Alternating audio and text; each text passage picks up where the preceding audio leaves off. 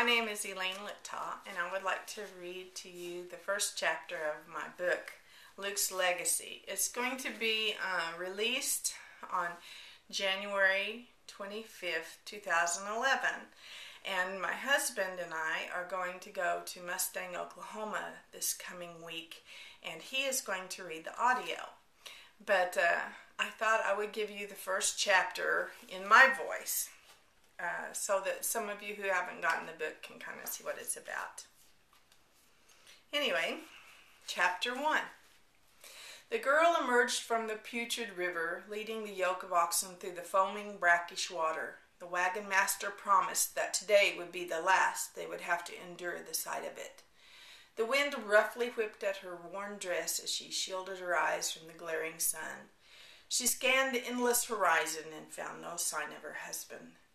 Luke and George failed to return from their hunting trip last night. She shrugged off the concern eating at her insides.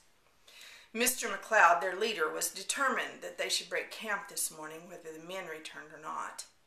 The bugle sounded at 4 a.m. and the ragged band of wagons pulled out by 7 on the dot. Mr. McLeod never missed a deadline, and he was not about to do so now. By mid-morning, they were at the last good water before a long stretch of desert. McLeod sent Douglas, the scout, down the line to tell the travelers to pull out in order to give the animals some feed and rest. The humans were to do the same. Pretty Young stepped up boldly to her leader. Mr. McLeod, what do we do about Luke and George? Should we send someone to look for them? The aging, barrel-chested man looked down at the dirty young woman. Mrs. Young, I have more folks to think of than your husband and his friend. They should be along soon. If they aren't, well, I can't help you. Purdy stomped her tattered foot in the dust. I paid good money for us to make this trip to California safe and sound. I don't doubt you paid good money, but the road to California is littered with graves, or haven't you noticed? He grinned, revealing tobacco-stained teeth. He saw the frightened look on her pretty face and added, They will show up soon enough. Then you can give him a tongue lashing he'll never forget. I promise. Now get some dinner and take care of your stock. We move out in an hour. Purdy knew that McLeod was probably right. Luke would be home safe before she knew it. The oxen grazed as she ate cold biscuits left over from breakfast. This was supposed to be breakfast for Luke, she mused, as she chewed on the hardened crust. The bacon had become somewhat like jerky, and her jaws ached from chewing by the end of her hasty meal. She found George's mother toiling over her campfire. Coffee was ready, and Mrs. Blake offered Purdy a cup. It was sour stuff, but Purdy needed something to keep the starch in her bones. Since morning, she felt like she had turned to plum jelly. She didn't like the feeling.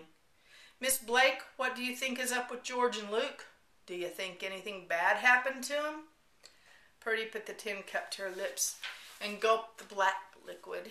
She did not want Mrs. Blake to read the concern on her face. Mrs. Blake stood and put her hands on the small of her back, stretching out the kinks from stooping over the noonday fire. Those men be more like boys, don't you know? They'd be running down a few rabbit trails, I'm sure of it. I'm thinking you're right. It seemed a little extreme to be gone overnight in a strange land, but men ain't exactly known for being safe, are they? She smiled and felt better after talking the situation over with her friend. I guess I best get ready to pull out. I'll see you when we stop for the night. Purdy handed the cup to Miss Blake and left. After the scramble to move out from the noon campsite, the monotony of the days set in. The oxen plodded along, and Purdy let her mind wander at will. She was set for adventure when she had determined to go west. Several obstacles stood in the way of her ambition. She had no problem with funding for the trip. Money came from the sale of the sheep Granny had left to her. Prices were good, and she had plenty to outfit her gypsy wagon and buy the supplies she needed, including food and other essentials. She looked at the sturdy oxen pulling her wagon and was glad she had chosen them rather than mules. She didn't have to make room for feed for them, since they lived on the grasses they traveled through. It was hard enough to make room for feed for Star Shadow, Luke's beautiful Appaloosa. After she purchased items needed for the journey,